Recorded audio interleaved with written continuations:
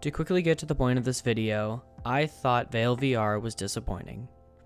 So, of course, like anyone trying to get a new game, I looked at the trailers and the reviews, and they said the game was amazing, and the trailers made it seem like I would be some gun-wielding ninja that would be slaughtering people in droves. But a closer look at the actual description of the game says that it's a PvP shooter.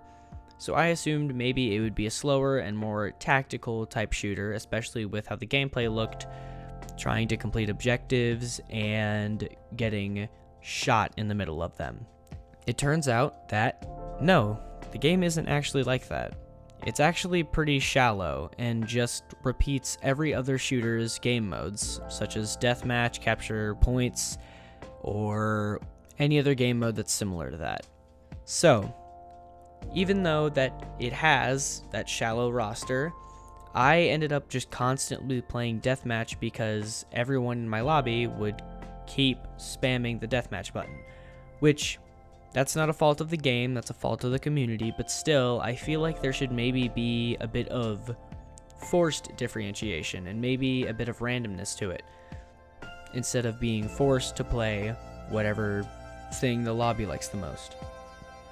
Another thing is that with such shallow gameplay, I felt like I was missing something the entire time. I felt like maybe I was missing a PvE mode, but it turns out, no.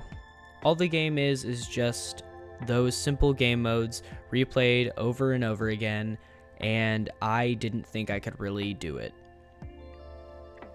To be fair, the game is pretty good in its gunplay, and the customization is okay, but just being able to customize the scope is quite shallow, not even for the gameplay, but just for the customization in itself. And I think the biggest thing is that it boils down to a fast-paced shooter with no fast-paced elements, as like I said, the game isn't very tactical, and it feels more like I'm just sitting in the middle of a bunch of people with guns. And the thing is that the TTK, or time to kill, how many bullets it takes till you're dead, is very, very low.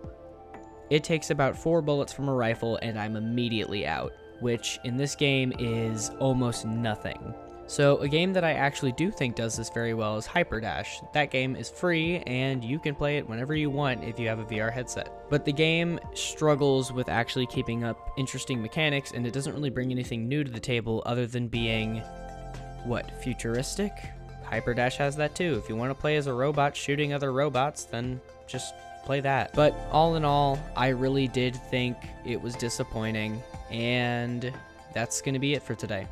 Goodbye.